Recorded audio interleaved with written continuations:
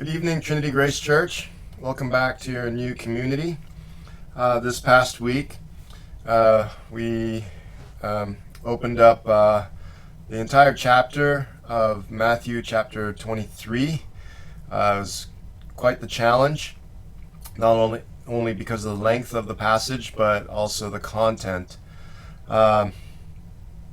Entitled the sermon, Beware False Religion from Without and from Within, because Jesus, he certainly wanted to warn the crowds and his disciples of false religion that was around them, but he also got to the heart of the matter, no pun intended,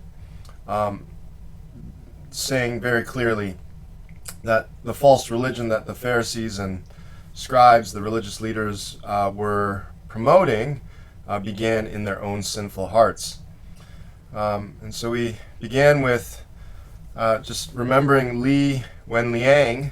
I think he is acknowledged as the official whistleblower on the coronavirus and the first to really make effort to warn about this new virus.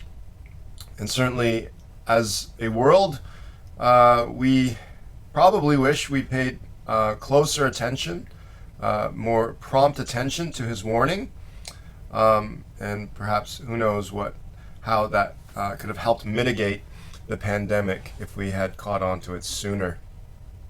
Now, that is, of course, the pandemic is real and serious, but as I said on Sunday, there's a virus that is even more deadly than the coronavirus, and it's a spiritual kind of virus, which is the sin in our hearts.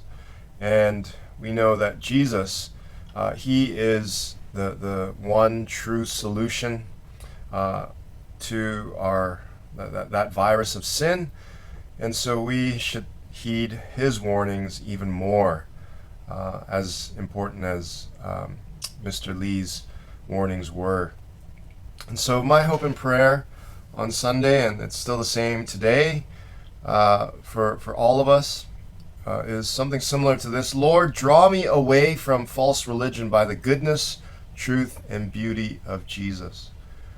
We need to become alert to false religion that is out there and even within our own hearts, and to be drawn away from that, to be drawn by the wonderful goodness, truth, and beauty of Jesus. Now, certainly, again, I want to just demonstrate from Scripture that Jesus is addressing false religion, because he's addressing these scribes and Pharisees, who were the religious leaders, and they were promoting a certain religion. They thought they were promoting true Judaism, but in the grand scheme of things, it was not. So on that note, it was religion, and it was false because Jesus in verse 33 is very clear, is black and white, is not confusing at all, and he says, "You serpents, you brood of vipers, how are you to escape being sentenced to hell?" And Jesus says very clearly, look, you are potentially going to spend eternity apart from God because you are following a false religion. And so I asked two main questions for the rest of the sermon. How do I spot false religion, and what is true religion? And I wanted to show you, I did my best to show you from Scripture that first, there are leaders and followers, of course, of true religion, but also false religion. And my challenge was for all of us to recognize that we all follow someone or something, and it's good to discern. It's good to evaluate who or what we are following.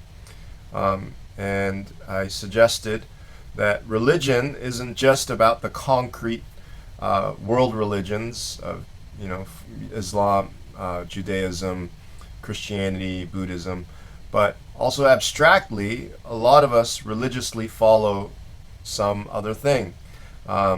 Maybe as an atheistic scientist, it's we follow the belief system that there is no God, and we believe in science. Or as I pointed out on Sunday example of someone that came across saying that golf is their religion. And so it's a system of belief that we devote our time and energy to, and it shapes our lives. That's basically abstractly, in concept, what religion is. And I challenged all of us to acknowledge that all of us are leaders as well, to some degree. Even if it's just you influencing one person, having a one-on-one conversation, you have an influence, a leader role in that moment. And so we need to evaluate as Christ followers, what are we spreading? Especially when we have those opportunities to engage one-on-one. Next, I did my best to show from Scripture that false religion, now Jesus, he points this out, and so I was doing my best to show what Jesus was teaching, that false religion is full of double standards. Basically, hypocrisy. The Greek word for hypocrisy just literally means acting, putting on one face while you are not that person underneath, and perhaps your heart is far from what you are portraying. And false religion is full of double standards, full of placing expectations on other people while you do not live up according to those expectations yourself. Next, false religion idolizes recognition. Jesus takes time to very acutely point this out about the Pharisees and scribes, that they are in love with recognition. And so I challenged us to understand just how our hearts work, and encouraged us to regularly come before the Lord in prayer and let the Spirit evaluate the order of our affections and loves. I really believe we are driven in life by an order of affections and loves. And I pointed out just more by observation just how affections develop in our heart. And it starts from being attracted to something. Then we begin to pay attention to that someone or something. Then we begin to adore that someone or something. And then we begin to build an attachment to that someone or something that we adore. And then it becomes a solidified affection, a healthy affection, or an unhealthy affection, which is also known as an addiction. And so I challenged us to think through, what are the autopilots that are guiding our life? Our affections very much could be that autopilot, or our addictions, and we are very much our habits. And so it's good to see what we sort of habitually on autopilot do in our lives, because that is a good pointer to what's going on in our hearts. And so in terms of continuing this idea of spotting false religion, then I did my best to show from the text that false religion leads you to hell for lack of a heart transformed by God's grace through Jesus Christ. Now, I'm confident to just use that very strong word hell because Jesus himself uses it. I'm sure even to Jesus' listeners that word made them feel uncomfortable. And it's not an easy word to throw around, especially in our society today. But as Christians, this is part of Jesus' message. And I really saw this theme be as a thread in the first 6 woes especially.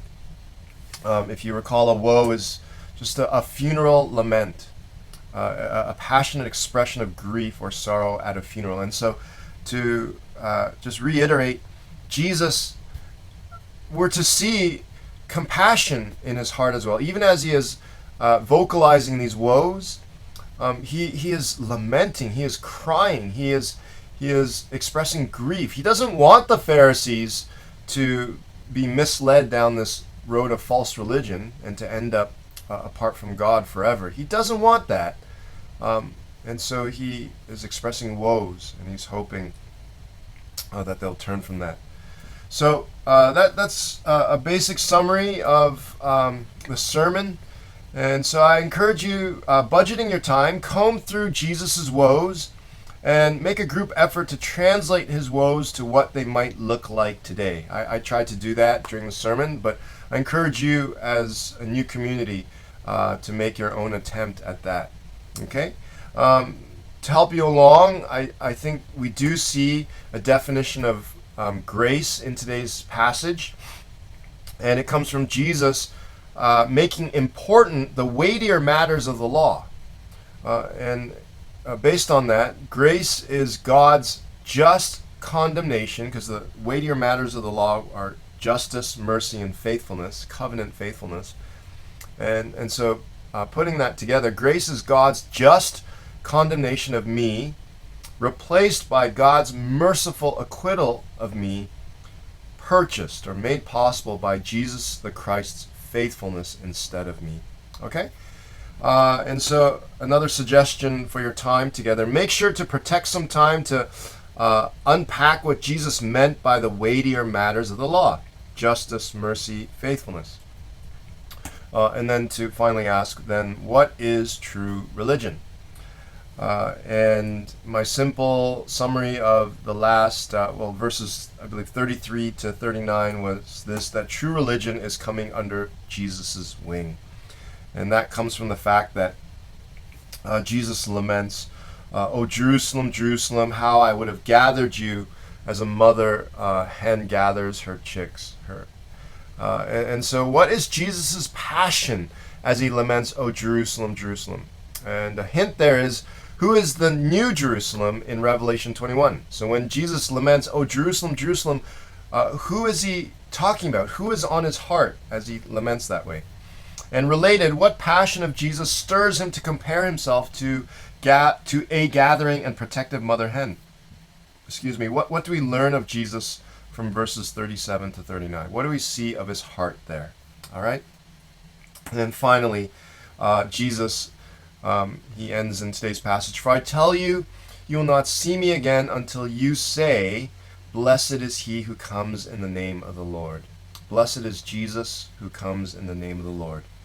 And so the follow-up question there is, how can we as Trinity Grace Church and as a new community, your new community, ensure that we continue to spread true religion according to today's passage? And so spend time as a group lifting up prayers of faith that acknowledge Jesus as the Blessed One who comes in the name of the Lord. Well, I hope that's helpful for your time together. Have a wonderful discussion. Go deeper into Scripture and all of that for the sake of going deeper in your relationship with Christ, both personally and as a new community and as a church. God bless. Bye.